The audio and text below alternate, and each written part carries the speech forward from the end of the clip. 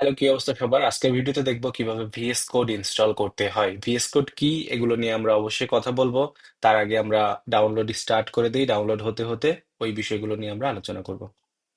প্রথমে আমি ব্রাউজারে চলে যাব। ব্রাউজার থেকে লিখবো ডাউনলোড ভিএস কোড। এরপরে ভিএস কোডের অফিসিয়াল ওয়েবসাইটে চলে যাব। এরপরে এখান থেকে আপনি যেই ধরনের কম্পিউটার ইউজার, অর্থাৎ যেই ধরনের ওএস আপনার কম্পিউটারে রানিং, সেটার জন্য নির্দিষ্ট ফাইল ডাউনলোড করে নেবেন। উইন্ডোজ, লিনাক্স, ম্যাক, যে কোনো যেটা আপনার জন্য অ্যাপ্রোপ্রিয়েট হয় সেটা ডাউনলোড করবেন। আমি ম্যাকের জন্য ডাউনলোড করে নিচ্ছি। ডাউনলোড অলরেডি স্টার্ট হয়ে গেছে। আপনার যেই ধরনের কম্পিউটারই হোক না কেন, ইনস্টল এবং ইউজ প্রসেস কিন্তু টোটালি সেম। আপনি জাস্ট নির্দিষ্ট ওএস এর জন্য নির্দিষ্ট ফাইলটা ডাউনলোড করে নেবেন। ওকে, এখন আসি ভিএস কোড কি জিনিস। ভিএস কোড হলো অ্যান্ড্রয়েড স্টুডিওর মতোই একটা আইডিই। আপনারা অলরেডি জানেন আইডিই কি জিনিস। ইন্টিগ্রেটেড ডেভেলপমেন্ট এনভায়রনমেন্ট, অর্থাৎ যেখানে কোড লেখা হয়। আমরা অ্যান্ড্রয়েড স্টুডিওতে ফ্লাটারের জন্য কোড লিখেছিলাম গত ভিডিওতে। ওইখানে দেখেছিলাম অ্যান্ড্রয়েড স্টুডিওতে কোড লেখে আমরা সেটা অ্যান্ড্রয়েড অ্যাপ হিসেবে রান করতে পারি। তো ভিএস কোডও আসলে সেম কাজটাই করবে। বাট ভিএস কোড ইউজ করার কিছু অ্যাডভান্টেজ হলো, আপনার কম্পিউটার যদি লো কনফিগারেশনের হয়, অ্যান্ড্রয়েড স্টুডিও অনেক সময় ল্যাগ করতে পারে, বাট ভিএস কোড ল্যাগ করবে না।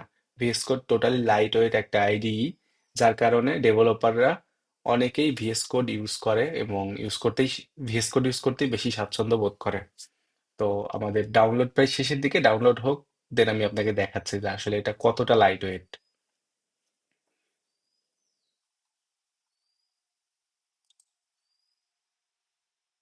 আমাদের ডাউনলোড অলমোস্ট শেষের দিকে।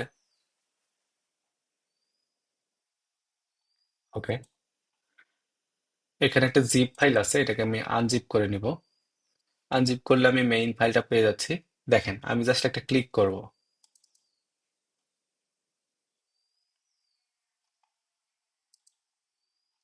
And it's ready. অনেক মজা না? আপনি জাস্ট ডাউনলোড করলেন, ডাবল ক্লিক করলেন, ওপেন হয়ে গেল।